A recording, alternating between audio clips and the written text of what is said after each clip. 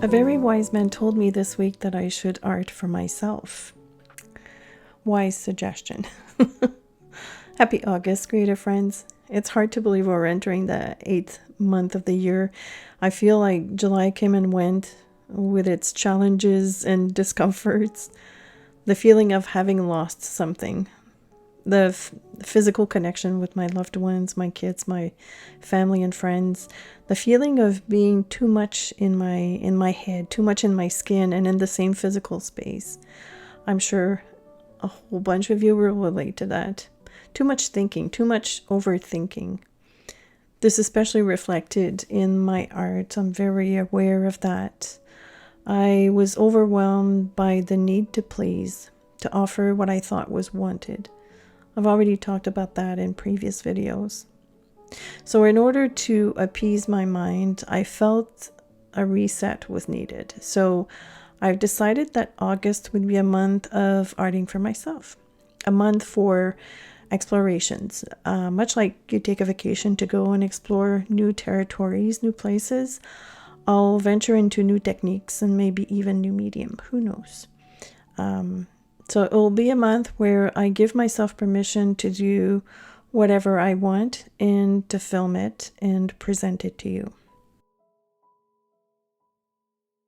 Along with that decision, I decided to rummage through my old sketchbooks and my drawers of original paintings. I have quite a few. And I was surprised to realize that I was looking at them with a different outlook, with different eyes. I guess you could say it was the test of time. And in that pile, or in those piles, I should say, I saw two paintings of boulders and rock formations I created probably last year. And the colors really resonated with me. And I thought, would it be fun to revisit that process and to make a third painting so I would have a triptych? So here we are. The composition was dictated by the other two paintings, which you will see at the end of the video.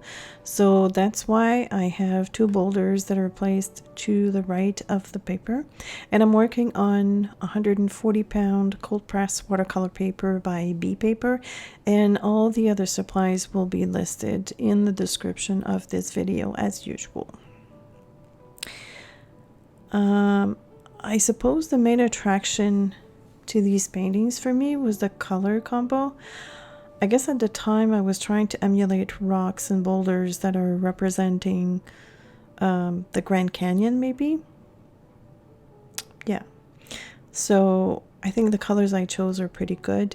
They're very warm in tone, and the paints grade that I'm using is one by Kremer Pigments, which doesn't have the blue that you would find normally in a paints gray. It's almost like a charcoal, like a super dark charcoal gray. It's not black, so it's not as flat as black, and I think it merges really well with the other colors, with the other warm colors. I should mention that this is not a tutorial on how to paint rocks nor how to shade. This is just a video of my painting process, which happens to be a fun and very simple representation of rocks, of how I rendered the element without stressing out. It's just for the sake of creating, for having fun, for letting go, and it's nothing realistic nor precise. One might even consider this caricature-like. Remember, arting for myself this month, it doesn't always have to make sense. Some of the shadows are not in the right place. You'll see that later on. The light reflection is a bit skewed in some parts, and that's okay. Plus, recently I've had quite a few issues when it comes to the filming part, like forgetting to press the record button, or not being in frame, or forgetting to film B-rolls with my phone, that sort of thing. So if I'd had to worry about the technical aspect of the painting as well, so that I can explain it cohesively to you, that would have added some stress. So just letting go. and now I have to fix a mistake. Because I wanted to match the other two paintings, I was supposed to leave a white strip in that rock, and I completely forgot. So I will lift the color with this brush called a shader brush. It's a very inexpensive brush that I purchased at Michael's. And speaking of lifting color, I now have listed an online class on my website that I put together a couple of years ago. It's called Watercolor Carving. It used to be hosted on a third-party website, but they have now closed, so it's now on Créations CeeCee's website. And I will leave the description in the... No, I will leave the link in the description as well. It's a fun class, and it shows you how to recycle paintings by lifting color, using negative painting techniques, and it also has a sort of like a crash course on shading with color pencils, which I know some of you are interested in. So getting back to the painting, I won't be able to get the paper back to an absolute white, but it will be close enough for me to do what I want to do. The only thing that you need to watch out for when you're doing this, because you're sort of rubbing at the paper, is to watch out for any pilling. So once you see that the paper wants to lift, I suggest to let it dry and then go back and try to rework it a little bit. But yeah, watercolor paper is fragile. But at least my aim was to remove as much of the color as possible. And it worked enough for me.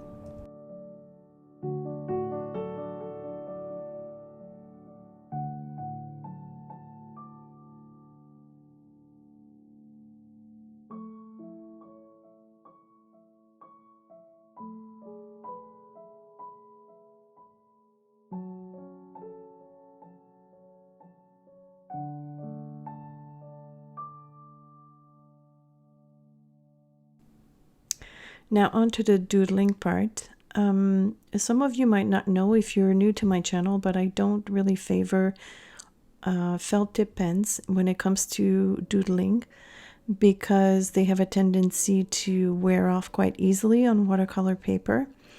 And I do have rollerball pens that are waterproof, but they tend to skip on watercolor paper. And yesterday I was testing out the other rollerball pens that I have in my stash, and I'm not even sure if I've ever noticed or if I've ever tested the Uni-ball Signo DX, but it is water resistant. It's not completely waterproof, but it is water resistant, which means that I can use it for doodling and not worry about whether I'm going to apply more watercolor to my work. It's just a freedom that I appreciate. I don't have to think ahead about the steps that are to come. So if I feel the need to doodle and my painting is not finished, I can just go ahead without having to worry. And like I said, I may have mentioned it before. If I did, I forgot about it. I even forgot about the fact that they are water resistant, but that was a good discovery / rediscovery maybe.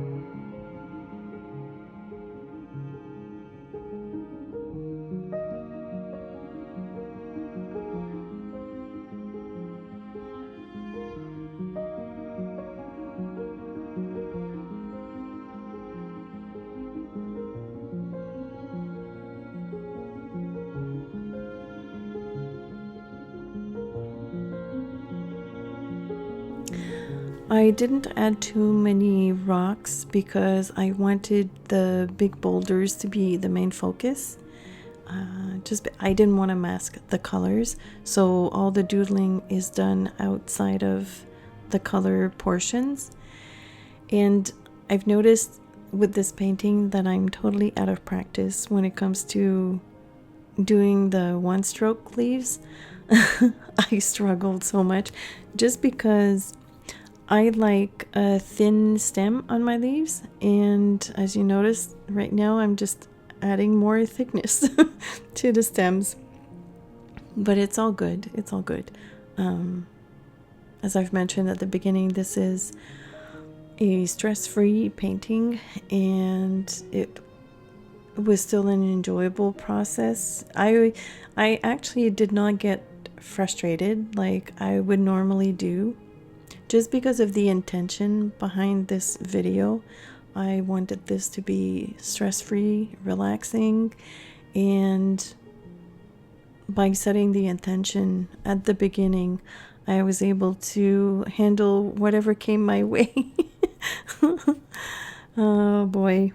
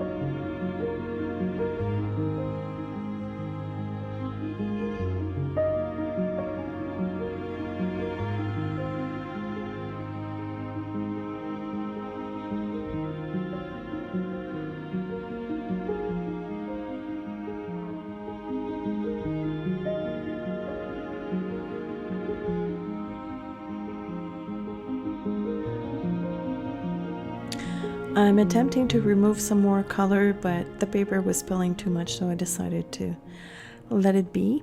And now I'm gonna add gold, but it is not the pale gold that I usually use. This one is also by Kremer Pigments, but it's called Star Gold, and it's the same gold that I used in the other two paintings. That is why I decided to use it as well.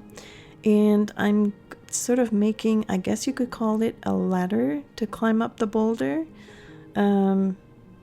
Yeah, maybe that's the story behind the painting, but it's something that I've done on the other two, so I also decided to repeat that element. And as you can see, I'm not being very consistent with the thickness of the lines. It doesn't matter.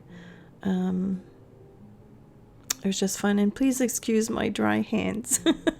I wash my hands I don't know how many times per day, as probably most of you, and I naturally have super dry skin, so I'm actually bleeding on some of my fingers. I know, gross, sorry.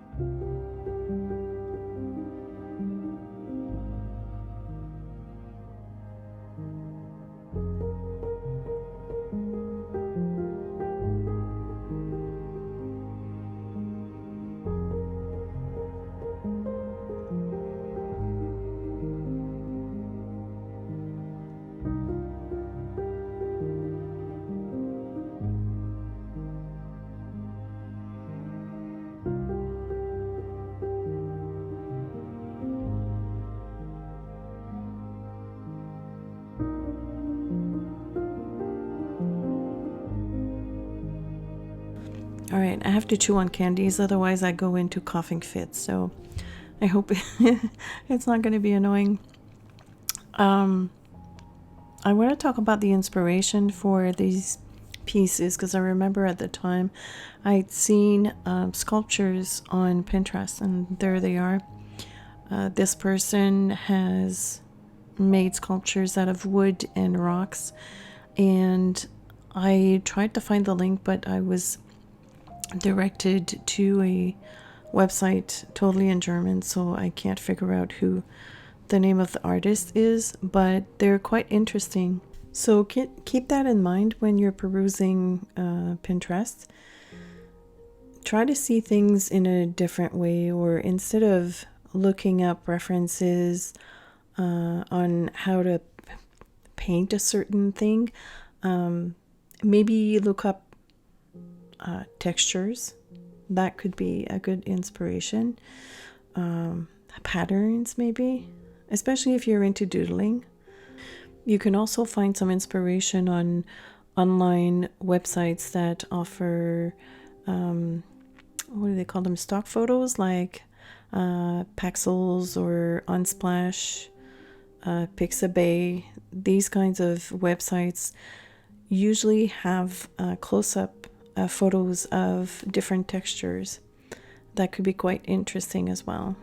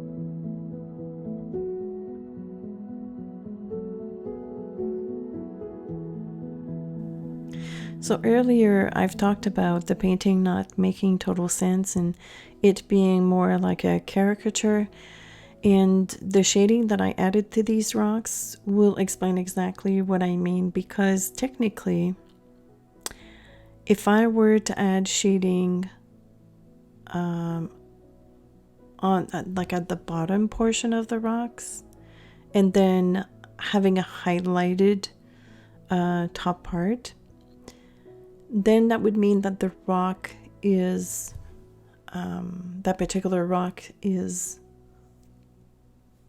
being hit by the light. But I've got rocks that are stacked.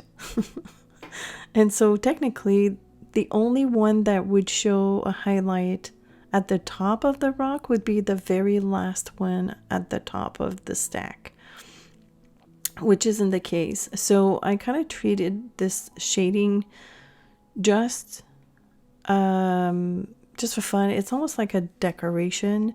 It's something that I wanted to do because I enjoy doing that process. I think it looks great, but it's not realistic. Like for instance, this one, the very, very top one would be the only one to have shading because all the bottom ones would not be hit by the light the way I represented them. Especially the tiny ones at the bottom, they would be totally black or dark. But it was just fun to do. And you know, like when I did the first two, it was simply for me. And I wasn't aiming for anything realistic. Yeah, I really don't know how you would... See, this is the only rock that would make sense because it's at the very top. So it's normal that the light would hit the flat surface.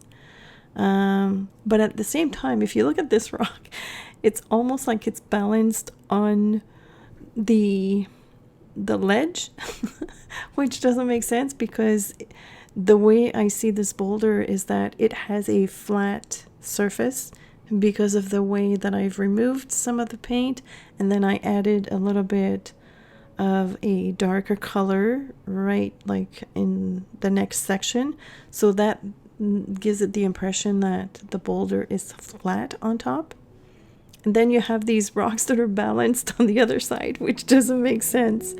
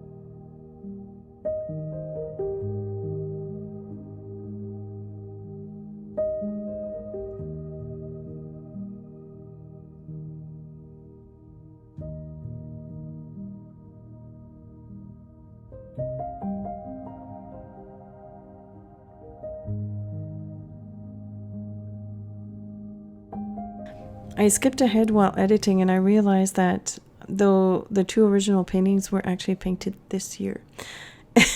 And I kept referencing last year, but I don't even remember exactly when they were done. It must have been before the pandemic because I don't remember doing them this year.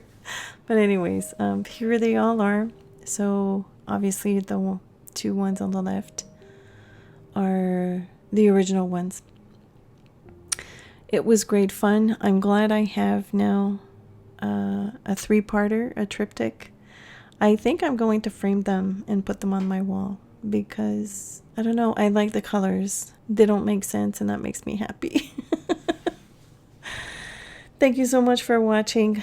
Don't forget to check out the description for the list of supplies and for the links to my social media and the class that I just talked about. I also want to thank my awesome patrons for their financial support on Patreon. Please stay safe and healthy, keep creating, and I will see you soon.